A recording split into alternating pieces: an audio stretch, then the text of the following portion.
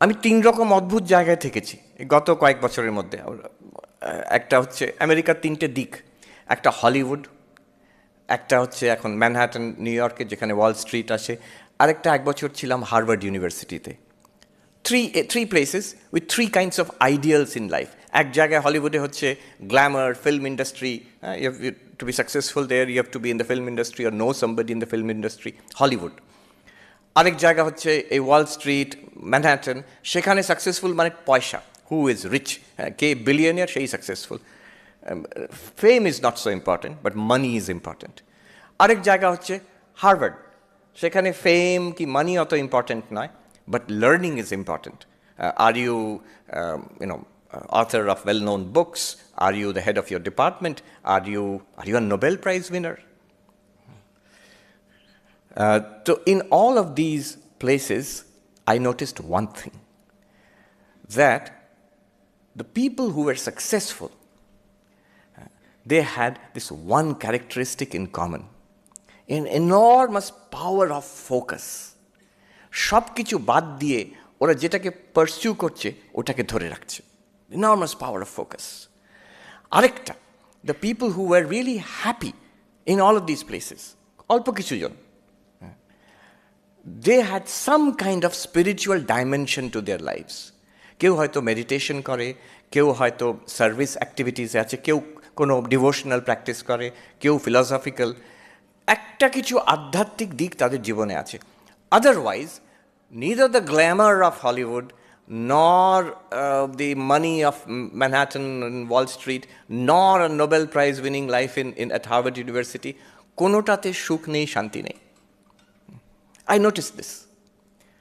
কেউ যদি বলে আচ্ছা ওই সব জায়গায়, এত উন্নত জায়গা, এত সমৃদ্ধ জায়গায় কেউই সুখী নয়, নো, সুখী আছে, শান্তি পেয়েছে কিছু মানুষ আছে, অল্প কিছু। তাদের কিন্তু ওই এক কোথাও না কোথাও অধ্যাত্ম জীবনকে ধরেছে। বেদান্ত নাই হোক, বুদ্ধিস্ট হোক, খ্রিস্টান হোক, এথিস্ট হোক, কিন্তু একটা কাইন্ড অফ ইনার স্পিরিচুয়ালিটি আছে তার। এটা একদম যেন ঠাকুরের কথা যে এক আর শূন্য, তুমি যতগুলো শূন্য জোগাড় করবে একসঙ্গে, total is still zero. But if you have one, তারপরে তুমি যত শূন্য বসাবে তার ভ্যালিউ বাড়তে থাকবে।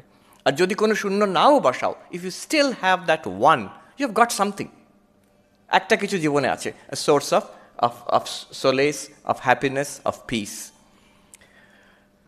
This I have noticed in all these institutions, educational institution. আমার খুব প্রিয় এইরকম কলেজ, ইউনিভার্সিটি। আমি যখন আমেরিকাতে বিভিন্ন জায়গায় বক্তৃতায় ডাকে, ওরা জিজ্ঞেস করে মহারাজ কী দেখতে চান, and I say that is there a good university nearby, is there a good library nearby, আমাকে ওখানে নিয়ে যাও। So I visited many places across the United States. শুধু ইউনাইটেড স্টেটস কেন, ইংল্যান্ডে, আমি কেমব্রিজে গেছি, অক্সফোর্ডে, অন্য অন্য জায়গায় আমি ঘুরে দেখেছি। And one thing I notice, how people work, and this is a common factor I have seen in all the elite institutes across the world. এখানে আমি আইআইটি কানপুরে যখন বক্তৃতা দিতে যেতাম, আমি লাইব্রেরিতে গিয়ে বসে থাকতাম, নিজে পড়তাম আর দেখতাম ছাত্ররা কীভাবে পড়ছে। And everywhere I notice this same thing. IIT Kanpur বলো, সেখানে আমি হার্ভার্ডেও লাইব্রেরিতে গিয়ে বসতাম, নিজে পড়তাম, অন্যদের দেখতাম কীভাবে পড়ছে। And one thing I noticed, students, research scholars, professors, Nobel Prize winners, one common quality they had everywhere, an enormous power of focus. যখন একটা জিনিস তারা ধরেছে, they forget the entire world, not just for a few minutes or few hours, for days, months, even years. একটা বুক টক Harvard university, আমার এখনও মনে আছে, স্টাইন হার্ট না কি ভদ্রলোকের নাম করা ফিজিসিস্ট, বইয়ের নামটা মনে আছে, the second kind of impossible. He was talking about discovering a particular kind of crystal. তো তিনি যখন বক্তৃতা হয়ে গেল, তাকে আমি জিজ্ঞেস করলাম, what is the common thing, you have worked with Nobel prize winners, you are working with brilliant research students, what's the one common thing that you notice in their work ethic? তখন উনি বললেন, এই যে দেখুন আপনাকে বললাম এতক্ষণ আমি যে বক্তৃতা বললাম, did you notice that আমি 30 বছর of my life, 30 years of my life I've dedicated to the pursuit of this একটা ক্রিস্টাল, টাইপের ক্রিস্টাল যেটা সবাই বলেছিল ইম্পসিবল, তাই জন্য বইটার নাম second kind of impossible. 30 years I pursued that, সবাই বলছে এটা ফালতু কোয়েস্ট একটা। অ্যান্ড দেন হি শোড, আমার এখনও মনে আছে, ওই অডিটোরিয়ামের দেয়াল দিকে দেখাচ্ছেন, উনি বলছেন if I can get an answer to my question, I'm ready to break through the walls of this auditorium if I can get an answer to my question. আমার এইরকম determination. And then he said, অন্যদেরও যারা এইসব ফিল্ডে কাজ করে সবাই they have that capacity. Now, my point is, we all have that capacity. We all have that capacity. We don't use it. আমেরিকার খুব নামকরা ধনাঢ্য ব্যক্তি ওয়ারেন বাফেট, নামকরা ইনভেস্টর, কেউ সবাই জিজ্ঞেস করে যদি এক মুহূর্তে যদি কেউ বিলিয়নিয়ার হয়ে যায়, কেউ কি বলে অস্কার উইনিং অ্যাক্টর হয়ে গেল, কি নোবেল প্রাইজ উইনার হয়ে গেল, সবাই হোয়াট ইজ ইউর সিক্রেট জিজ্ঞেস করতে আরম্ভ করবে। তাকে কেউ জিজ্ঞেস করেছি what's the secret of your success, উনি বলছেন এক জায়গায় আমি বলতে পারি what's the secret of my success. শুধু তাই নয়, সেটা সবাই, আমি যেটা করি আমি বলবো, আর সবাই তোমরা করতে পারবে সেটাও আমি জানি, কিন্তু তোমরা করবে না, আই নো দ্যাট। তো কী সিক্রেট? তিনি বলছেন প্রত্যেক দিন আমি 500 পাতা পড়ি, 500 পেজেস আই রিড প্রত্যেক দিন, mostly related to his business. And he says that is the secret of my success. সারা জীবন আমি ওটা করে এসেছি। And you also can do that, but it's not easy. আমার নিজের মনে আছে, আমি এই 2 বছর আগে when I was part of this graduate course, হার্ভার্ডে ভর্তি হয়েছি, তখন আমি ভালো এই বয়সে আবার পড়বো। খুব নাম করা, তোমরা হয়তো চেনো কি চেনো না জানি না, one of the leading intellectuals of the world, Professor Gayatri Chakraborty Spivak. She is now 80 this year. Many people would not associate her with religion. You know, it's a very interesting character. তাকে আমি বলেছিলাম, তিনি আমাকে বললেন 80 years তার বয়স। আমি বললাম এই বয়সে আবার কলেজে ভর্তি হব, আবার মনে হচ্ছে হার্ভার্ড যাই। তখন উনি বলছেন আপনি তো বাচ্চা, আপনি পড়বেন না মানে? নিশ্চয়ই পড়বেন। আমাকে দেখুন, সেই সময় তিনি ছুটছিলেন, চাইনিজ শিখছেন, শুধু নিজের শখের জন্য নয়, কলম্বিয়া ইউনিভার্সিটি চাইনিজে ক্লাস বসে চাইনিজ শিখে পরীক্ষা দিতে যাচ্ছেন।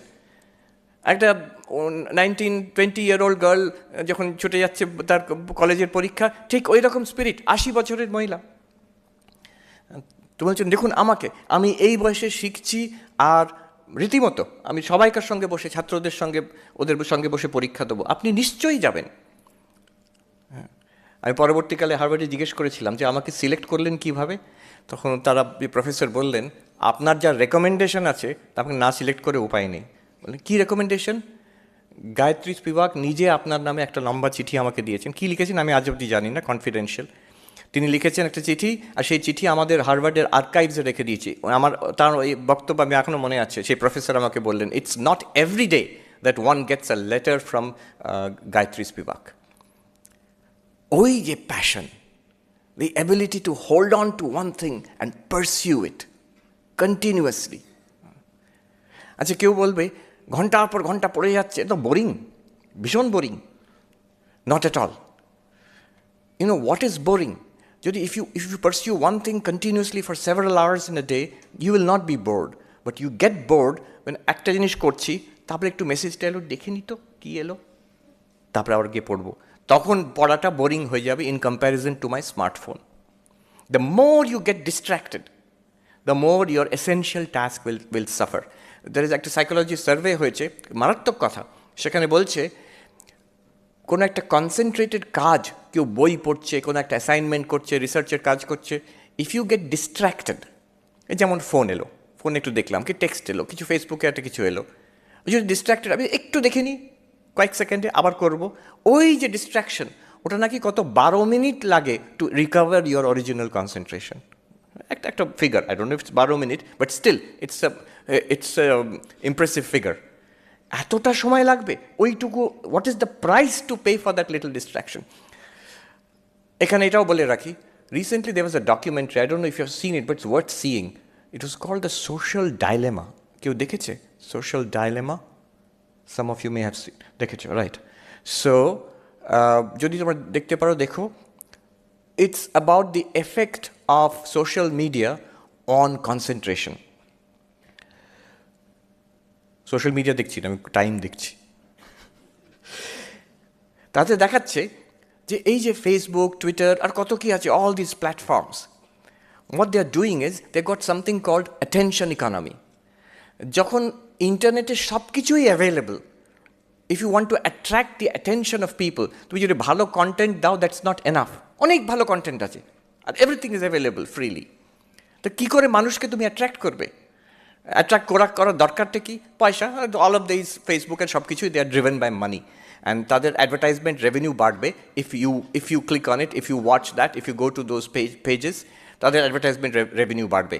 But how to attract you? তারা অনেক ভালো ভালো কন্টেন্ট দিলেও তোমরা অ্যাট্রাক্টেড হবে না, বিকজ সব জায়গায় তো ভর্তি কন্টেন্ট।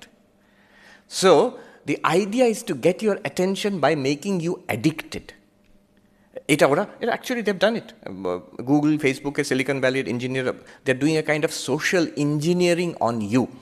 একটা কথা ওদের আছে যে if the product is free then know that you are the product. মনে হচ্ছে সব কিছু আমি ফ্রিতে পেয়ে যাচ্ছি, তার মানে কি হচ্ছে? তোমাকে ওখানে বেচা হচ্ছে, আমাকে বেচা হচ্ছে, মানে আমার অ্যাটেনশনটা ওখানে বিক্রি হয়ে যাচ্ছে। ওই অ্যাটেনশনটাকে ওরা মানিটাইজ করছে। How is now the psychology, how are you being addicted?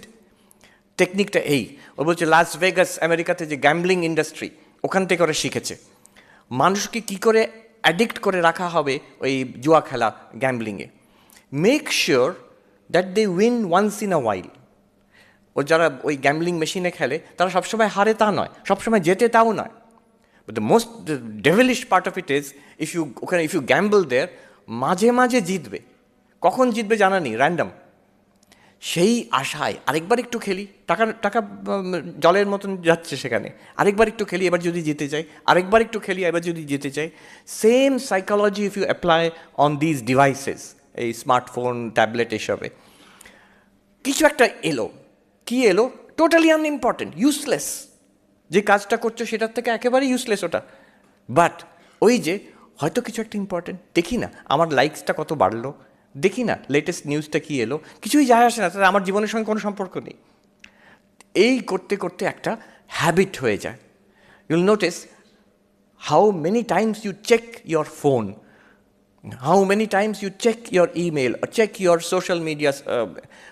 তোমরা এখানে you are protected from it by the rules of the institution, but very soon you will not be protected. You go back home or you go to other institutions, you are completely free.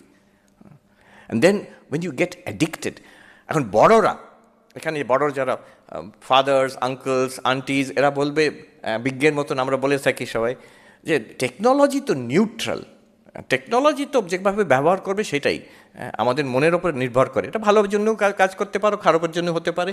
Nonsense. There are some technologies which are neutral. There are some technologies which are not neutral. আমাদের আগেকার জেনারেশনে মনে আছে phone মানে ওই landline একটা থাকতো, সেই ল্যান্ডলাইনের সঙ্গে এটার বিরাট তফাৎ, আকাশ পাতাল তফাৎ। ল্যান্ডলাইনটা ওই 20 বছর একটাই ফোন থাকতো। এটা শুধু ফোনটা পাল্টাচ্ছ, হার্ডওয়্যার তা নয়, the software in this phone is being updated. কখন? প্রতিদিন, কয়েক ঘন্টার মধ্যে আবার আপডেট হলো, টুং করে একটা শব্দ এলো, কিছু একটা হচ্ছে সেখানে। তারা কোথা থেকে সেই আপডেটটা আসছে? সিলিকন ভ্যালির থেকে আসছে। আর তার আপডেটের পেছনে কি আছে? তোমাকে অ্যাডিক্ট করে নেওয়ার আরেকটা নতুন টেকনিক। এত আপডেট দরকার নেই, কিন্তু আপডেটের পেছনে এটা আছে। Whole thing is driven by money, সেটা তাদের টাকা, কিন্তু আমাদের অ্যাটেনশন। ওই যে ডকুমেন্টারিটা দেখলে অবাক হয়ে যাবার ভয় লাগবে, কিভাবে আমাদের ট্রেনিং দেওয়া হচ্ছে। ওই স্মার্টফোন ছাড়া থাকতেই পারবে না কিছুদিন পরে। কেন থাকতে পারবে না? It's addictive. এখন একজন গুগলের ইঞ্জিনিয়ার বলছেন যে নিউট্রাল নয়, তখন আমেরিকাতে ওখানে তো বাড়িতে বাড়িতে বন্দুক রাখে, তো বলছে যে নিউট্রাল নয়, সব টেকনোলজি ভালো মন্দ হতে পারে না। এই যে আপনাদের বাড়িতে আপনারা বন্দুক রাখেন, একটা বাড়িতে অনেকগুলো বন্দুক রাখে ওরা, সেটাকে তালা দিয়ে রাখেন কেন? ভালোর জন্য ব্যবহার হবে, খারাপের জন্য ব্যবহার হবে না। কিন্তু বন্দুকটাই by nature it is dangerous, তাই জন্য আপনারা তালা দিয়ে রাখেন।